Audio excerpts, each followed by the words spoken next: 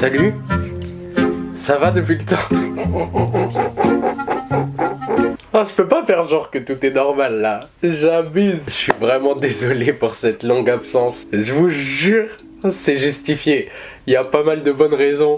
En vrai, c'est parce qu'il y a beaucoup de choses en préparation et très sincèrement, c'est du très lourd et ça me prend beaucoup de temps. Honnêtement, c'est pour le meilleur. Cette absence était bien trop longue. Maintenant que les excuses sont faites, je me dois surtout de vous remercier du fond du cœur parce que la chaîne a continué à bien tourner depuis et on a même atteint les 10 000 vues sur la vidéo de la Oops Factory. Donc merci infiniment parce que tout ça, c'est grâce à vous. On est aussi arrivé à 250 abonnés, donc bonjour à tous ceux qui viennent d'arriver. J'espère que vous allez kiffer ce qui arrive. Voilà, sans plus tarder, on va pouvoir démarrer là. On va pouvoir reprendre. Je suis trop content de reprendre du service. Aujourd'hui, je suis content parce qu'on va pouvoir parler un peu de musique. La musique, c'est une de mes grandes passions. Et du coup, je suis content de pouvoir en parler aujourd'hui. Il y a l'album de Pop Smoke qui est sorti récemment. Et en fait, depuis qu'il est sorti, je décolère pas. Tout simplement parce que j'ai un peu de mal avec les albums posthumes en général. Et celui-ci, pour le coup, ça pue vraiment le forcing en fait. C'est en écoutant cet album que je me suis dit faut que je parle des albums posthumes parce que vraiment c'est un truc qui me dérange. On va essentiellement parler de l'album de Pop Smoke parce que pour moi c'est un excellent exemple de pourquoi j'aime pas les albums posthumes. Et après avoir pris cet album en exemple, on va un peu parler, faire des parallèles avec d'autres grands artistes qui sont décédés, les albums posthumes qui ont pu faire du boucan sur les dernières années pour des bonnes et des mauvaises raisons. C'est parti, on parle du wouh. Alors, pour commencer, faut déjà que je dise un peu qui est Pop Smoke parce qu'il y a ma grand-mère qui me regarde et je peux vous assurer qu'elle a aucune idée de qui c'est.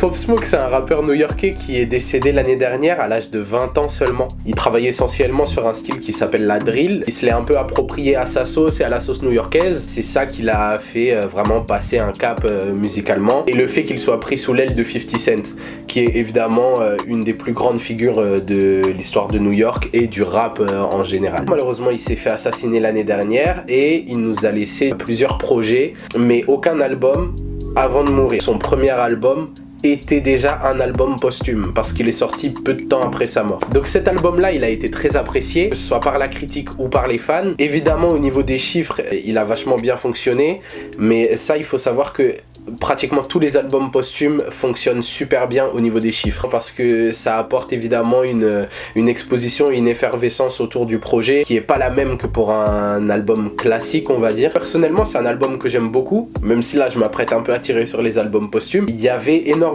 de son âme dedans parce que c'était un album qu'il avait eu le temps de bien travailler. Il s'éloignait un peu de la drill sur certains sons et du coup c'était aussi agréable parce qu'on le redécouvrait. Forcément ça crée encore plus d'émotions et ça nous fait ressentir son album avec encore plus d'intensité. Et c'est pour ça que moi j'avais beaucoup apprécié cet album et de manière générale c'est un peu le sentiment de tout le monde. Le gros souci en fait c'est qu'ils ont décidé de pas s'arrêter à cet album là. Quand je dis ils, c'est son label.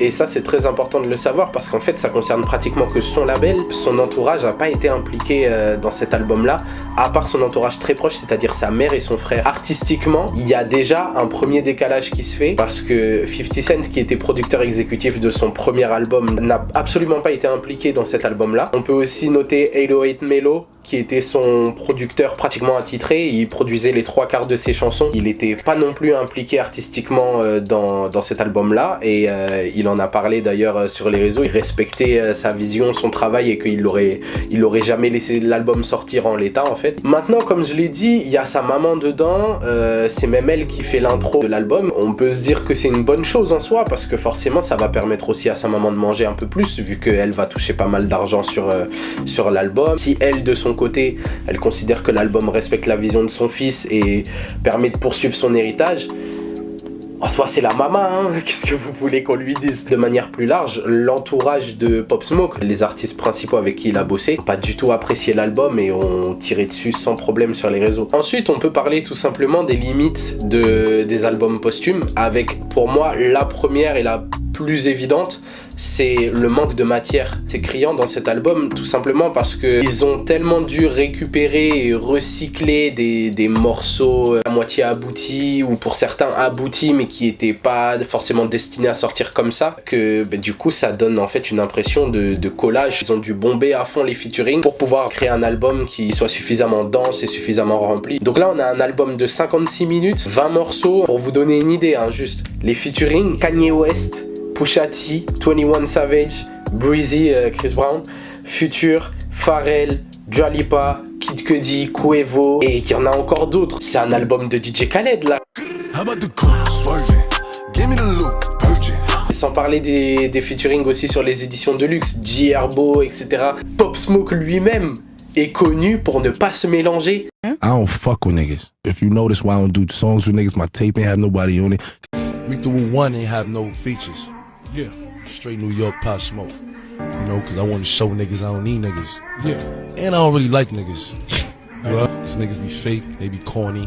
And I'm not into that, you heard? L'interview parle d'elle-même, on est en plein décalage avec ce que Pop Smoke aurait fait de son vivant. Ça crée déjà tellement de problèmes, alors qu'on n'a même pas encore parlé du contenu de l'album, des morceaux en eux-mêmes. C'est incroyable. En réalité, il y a des choses positives.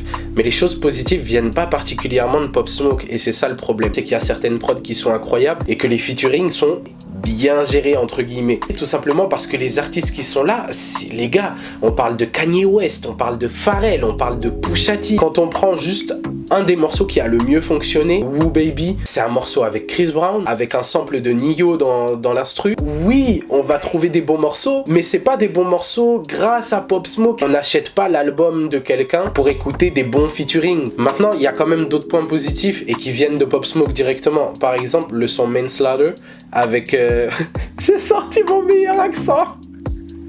Manslaughter avec avec Rick Ross et The Dream. Il est incroyable. Encore une fois, on ressent à quel point Pop Smoke tirait pas mal d'influence de l'univers de 50. On entend la ressemblance directe.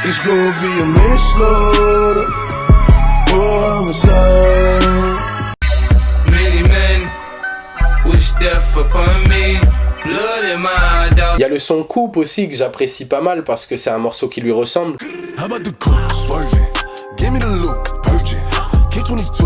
Maintenant, il y a un truc dont j'ai énormément besoin de parler, vraiment, parce que ça, pour le coup, c'est un truc que je comprends pas. Le morceau avec Dua Lipa. Le morceau avec Dua Lipa, est-ce que pour vous, c'était un morceau qui était abouti? Vraiment, j'ai besoin de votre avis là-dessus. Parce que, en ce qui me concerne, je doute. Un autre morceau, pareil, le morceau Top Shatta, c'est...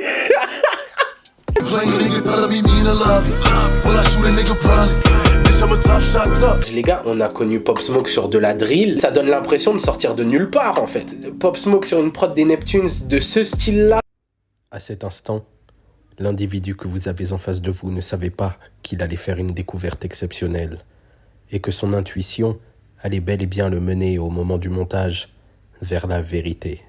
Bon les gars, c'est Vince du montage là.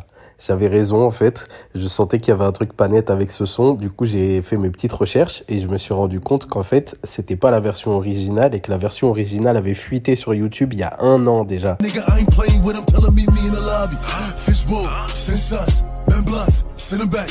On est d'accord que de 1, ça n'a rien à voir. Le featuring, au final, il est avec Ellie Frost. Rien à voir avec les Neptunes ou avec Pusha T, quoi que ce soit. Et en plus de ça, l'instrumentale est 100% différente. Du coup, j'avais bien raison. Les albums posthumes, c'est de la merde. Ils ont complètement modifié son son. Ils ont fait un truc qui lui ressemble pas du tout. Je suis à la fois dégoûté et satisfait parce que je suis un génie. Voilà, je vous laisse avec la suite de la vidéo. Gros bisous. Sur cet album, en fait, je suis convaincu qu'il y avait des morceaux qui n'étaient pas destinés à sortir s'il était encore vivant. Je croyais pas si bien dire à ce moment-là. C'est bon, cette fois je vous laisse vraiment. Abonnez-vous. Et c'est ça en fait, c'est là le problème des albums posthumes. C'est qu'il a plus aucun pouvoir sur ses morceaux. Et à partir de là, du coup, il a plus aucun pouvoir sur son image aussi et sur son héritage. On laisse le plein pouvoir au label. Il y aura forcément des écarts et un manque de respect de la vision de l'artiste. À certains moments, c'est obligatoire. Si on parle des versions deluxe, de 1, on reste sur des featuring à outrance. De 2, ils ont appelé 808 Melo juste pour un morceau, histoire de se donner bonne conscience. 3e point, les gars, vous avez remis Dior, sérieusement? C'est littéralement dire à la gueule des gens, on veut juste que ça stream. Pour tirer une petite conclusion sur cet album, si on parle des chiffres, au final ils font 88 000, c'est moins que les prédictions. Ils avaient prévu entre 100 et 110 000 ventes. Il fait 6 000 ventes en France, je vais même pas parler. Son premier album posthume, c'était 250 000 ventes. On est en droit de se dire que c'est plutôt logique au final. Maintenant, Si on parle des albums posthumes de manière générale, et même juste de la musique posthume de manière générale, il y a plein d'exemples qui fonctionnent. Le premier album de Pop Smoke qui est sorti après sa mort, c'est des morceaux qui lui tenaient à cœur et qu'il avait travaillé à fond.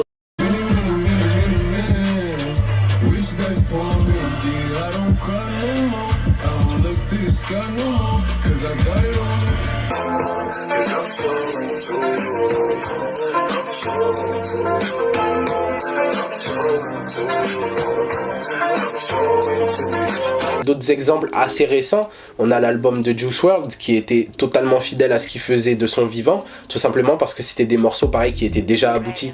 Il faut savoir que Juice WRLD c'était un bosseur de malade, il a des centaines de morceaux qui sont pas simplement enregistrés mais qui sont prêts à sortir en fait. Son album posthume il a été bien accueilli que ce soit par la critique et par les fans. Son label est en train de teaser depuis quelque temps un deuxième album. Et du coup déjà on peut se dire ok, est-ce que le deuxième sera à la hauteur du premier? Est-ce qu'il n'y aura pas beaucoup de recyclage ou beaucoup de featuring comme on l'a entendu sur l'album de Pop? En tout cas de ce qui a été fait pour l'instant, Juice WRLD, on va dire que c'est une réussite. Mac Miller aussi, excellent album et qui est très apprécié encore aujourd'hui, qui a fait des gros chiffres. Encore une fois, c'est un album qui était quasi abouti avant sa mort en fait. Donc pour moi, en fait, ça fonctionne à partir du moment où c'était déjà un album qui était prévu, qui était travaillé, peut-être pas abouti, déjà terminé, bouclé, mais qui était déjà à un stade bien avancé avant la mort de l'artiste. Déjà à partir de là, on peut se dire que ouais, ça fonctionne, ça va plaire aux fans. Dans tous les cas, le but, ça reste à la base de plaire aux fans et de capitaliser sur l'attachement et la loyauté des fans envers ces artistes-là. Si on parle aussi récemment, on a XXXTentacion qui a eu un album qui était pour les mêmes raisons que Pop en fait, parce qu'il y avait overdose de featuring. Et je vais même pas m'attarder là-dessus parce que c'est à peu près les mêmes arguments en gros que je vais sortir, mais encore une fois, c'est les mêmes limites qu'on retrouve chez plein d'artistes en fait, tout simplement. L'album dont j'ai vraiment envie de parler pour le coup, c'est l'album de Michael Jackson qui est sorti en 2010, donc l'année qui a suivi sa mort. Il y a des morceaux sur lesquels un imitateur, je sais pas si vous vous rendez compte, s'est donc fait passer pour Michael sur les morceaux en question. Ils n'ont avoué qu'en 2018, à l'issue d'un procès, que c'était bel et bien un imitateur qu'ils avaient utilisé et pas Michael pour de vrai. Je sais pas si vous vous rendez compte de la folie. Le procès a démarré en 2014. De manière globale, ils ont mis 8 ans à l'avouer, alors que dès le départ, les fans avaient déjà repéré la supercherie. Même en fait, une fois qu'ils ont été poursuivis en justice, ça a mis 4 ans. 4 ans pour qu'ils avouent avoir utilisé un imitateur. Et je sais pas si vous vous rendez compte, l'ensemble des gens qui ont peut-être pas eu l'oreille des personnes pour qui l'héritage de Michael a pu être entaché par cet album, alors même qu'ils n'étaient pas forcément au courant qu'en fait c'était pas Michael qu'ils avaient à faire. Et ça pour moi c'est la partie la plus flippante et la plus vicieuse, c'est vraiment le côté argent à tout prix. Maintenant vous avez à peu près mon avis global sur la question, vous avez compris à peu près pourquoi pour moi Pop Smoke est un bon exemple. On prend 2 albums posthumes et on a 2 univers complètement différents, un qui respecte totalement l'artiste et un qui le respecte pas du tout et qui le dénature complètement. J'ai demandé un peu l'avis des abonnés sur Insta. J'ai mon pote Liliade qui m'a dit spirituellement non, il valide pas les albums posthumes, mais ma curiosité fait que, et du coup à ce moment-là évidemment je suis d'accord avec lui, parce que s'il y a un artiste décédé que j'appréciais qui sort un album, je vais toujours cliquer quoi qu'il arrive, que j'apprécie ou que j'apprécie pas, à la fin c'est autre chose, mais quoi qu'il arrive c'est clair que je vais l'écouter. J'ai mon gars Dossa aussi, dédicace à mon gars, qui m'a dit contre. Le gars est dead sérieux. Je pense qu'il n'y a pas d'argument à apporter. En soi c'est catégorique, mais je peux pas lui en vouloir. En termes d'éthique, une fois que la personne est morte, c'est très compliqué de respecter à 100% sa mémoire, son travail et sa vision. Et à partir du moment où on n'est pas sûr qu'il aurait validé à 100% le travail, peut-être qu'il vaut mieux tout simplement s'abstenir en fait. Maintenant j'ai pas mal d'avis encore qui sont justement plutôt nuancés, plutôt partagés. Ils sont contents en fait de continuer à faire vivre l'artiste par des œuvres, mais ils ont besoin aussi d'être sûr que il va pas se retourner dans sa tombe quand il entend l'album qu'on a sorti. Il y a d'autres moyens, il n'y a pas que les albums. Pour finir, mon gars Amine, c'est le principe d'album qui me gêne. Si on me parlait simplement de compilation déjà, et là je peux que le rejoindre. Parce qu'en soi, un album n'est pas un hommage. Une compilation, en revanche, ça s'en rapproche beaucoup plus. Et à partir du moment où un artiste est mort, si un album ne respecte pas totalement sa vision, autant se contenter de lui rendre hommage, mais pas aller plus loin que ça. Et ça respecte déjà beaucoup plus le principe même en fait de glorification de l'artiste et de son héritage en fait, tout simplement. Et je finirai sur ces belles paroles parce que je trouve que ça respecte bien ma vision des albums posthumes. Je ne peux que vous remercier encore une fois pour tout le soutien, pour tout l'amour. en espérant que cette vidéo vous ait plu, en espérant que ça vous ait plu de m'entendre parler musique, parce que si ça vous plaît pas, ça va être compliqué, parce que, comment vous dire, je vous remercie infiniment pour le soutien, je vous dis à très vite, salut l'équipe à tous, peace. Et je suis un malade, moi j'ai failli oublier. Longue vie au Wu.